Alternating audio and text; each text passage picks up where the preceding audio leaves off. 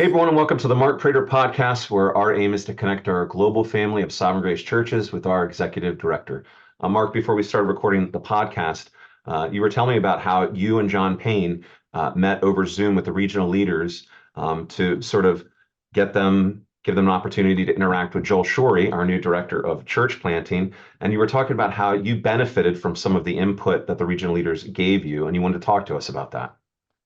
Yeah, John and I met with the U.S. regional leaders, along with Joel Shore, just yesterday, and I did benefit from the input that I heard from the regional leaders. It's another example of how the leadership team benefits from our regional leaders.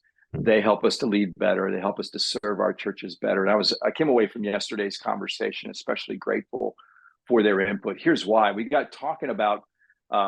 We were just drawing Joel out a number of questions about his goals and vision for church planting. But in the midst of that conversation, we got talking about risk, because I called us at the pastors conference last year to take risks to plant more churches. Now, take thoughtful risks, take wise risks to plant more churches here in the United States for the purpose of reaching more people with the good news of the gospel. And in that conversation, really what came out was that risk maybe needs nuance just a little bit more. Like, where do we want to be low risk, and where should we take risks? And it was a really good conversation. In fact, Rob Flood, the Northeast regional leader, recommended that you and I devote a podcast to it. And I said, you know what, I might even do that today, the day we're recording it. Right. And so again, I thank God for our regional leaders. They help me be a better leader. They help me serve our churches better. And with any leadership issue, a lot of times leadership requires nuance and clarification. And I hope this podcast provides that. And again, I benefited from the regional leaders yesterday. So in calling our pastors and churches to take prayer-filled, thoughtful risks to plant more churches, here's what we mean by risk. First of all, these are categories where we want to be low risk. We want to be low risk with a man's character, according to 1 Timothy 3 and Titus 1.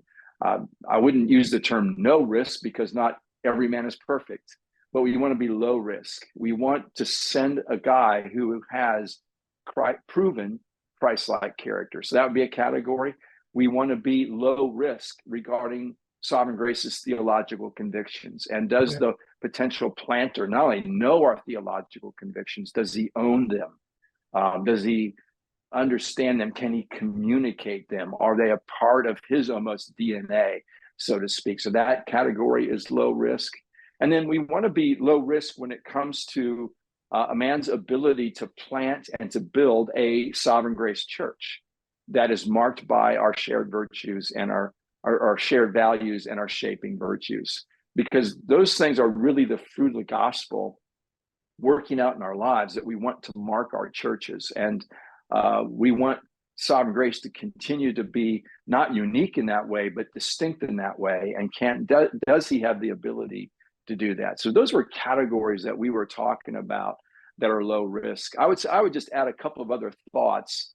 And I don't know how to quite quantify the risk ratio there, but pastors plant churches. That's what we said in Sovereign Grace. And in other words, what it means is, does he have a pastoral gift? Can he shepherd and pastor people? Because when you plant a church, you immediately begin to pastor people.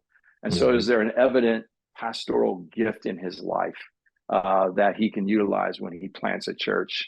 And then where possible, what we found is guys who have experience in pastoral ministry really are more situated to plant stronger churches in many cases. Now, that's not an absolute rule, but a guy like Joel Shorey or Wald Alexander had 13 to 15 years of ministry experience before planting a church, and those churches are thriving. That doesn't mean we would not send young men to plant churches, but we might send an experienced pastor with him because of the benefits that you gain from years of pastoral ministry in terms of what you learn. So just to clarify, those are the things that we want to be low risk on: character, theological convictions, the ability to build a Sovereign Grace church.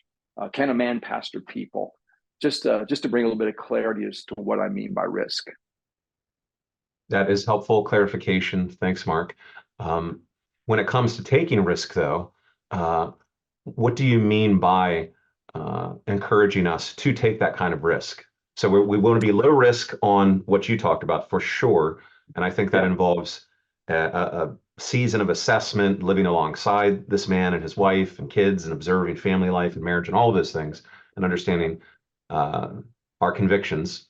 Uh, but we do want to take risk in some ways. What do you mean by that? But what I mean is really something I thought Eric Trebetsky shared really well, our regional leader in the West. He said, at least in my part of the world, I think a lot of churches have been planted out of necessity. And what he meant by that is that you've got a guy on your pastoral team. He's definitely gifted, but you don't have financial room to bring him onto your team. It's what do you do with a gifted guy like this? And so you send him out and he plants and he does a great job. That's really driven by necessity versus, as he said, that's not really as much motivated by missional risk. And so Hmm. when I'm talking about risk, I think Eric's right about that. I think it's a matter of, are we willing to take risks for the sake of the mission of the gospel? Meaning that, are we willing to send our best? Are we willing to send an experienced guy that we really love doing ministry with out to plant a church?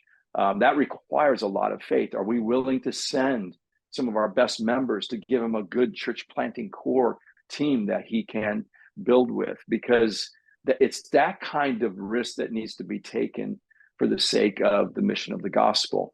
And Right. where you send the guy, I think, can partly factor into that risk category. I think that also, when you're thinking about a guy that might be more a high risk area, however you might Hmm. define that, whether it's further away from you or it's a little more difficult place to plant in, I think his preaching gift is really important there, Right. depending on the place. And does he have a sufficient preaching gift to build a church in an area that would really need that kind of high level preaching gift? That might be different for a context where you might send the guy where it feels a little bit more low risk, they're a little bit near to you geographically. You kind of know the area, and the guy's a fit for that area. Does he need to have the same level of preaching gift? I don't know that he does, but you have to really assess all of that.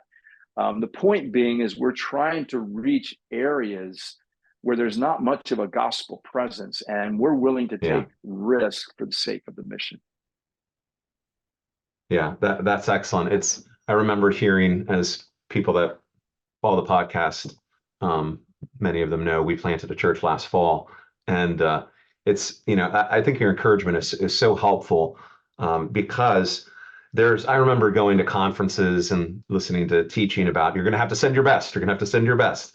And Yeah, yeah, that's all theoretically, like, of course, I'm happy to do so. But when the moment comes, it is painful and it does feel risky. And so it requires faith when you're sending people and money out the door. Uh, but it's totally worth it. Like I've told my church, we get one shot at this, and so Jesus is worthy of attempting to do difficult things and to take wise risk in doing so. So thank you, Mark, for your continued encouragement in this area. May God give us the privilege of planting more and more churches in the days ahead. So thanks, Mark. Thank you, regional leaders. You're serving us so well. yes, You're thank getting you. it done. So we're so Yeah. grateful for you. And thank you all for checking out the podcast. We'll see you here next week, Lord willing. Bye for now. Thank you for watching. If you have questions or comments, Mark would love to hear from you. For more videos like this, hit subscribe on YouTube or by email at markkprater.com.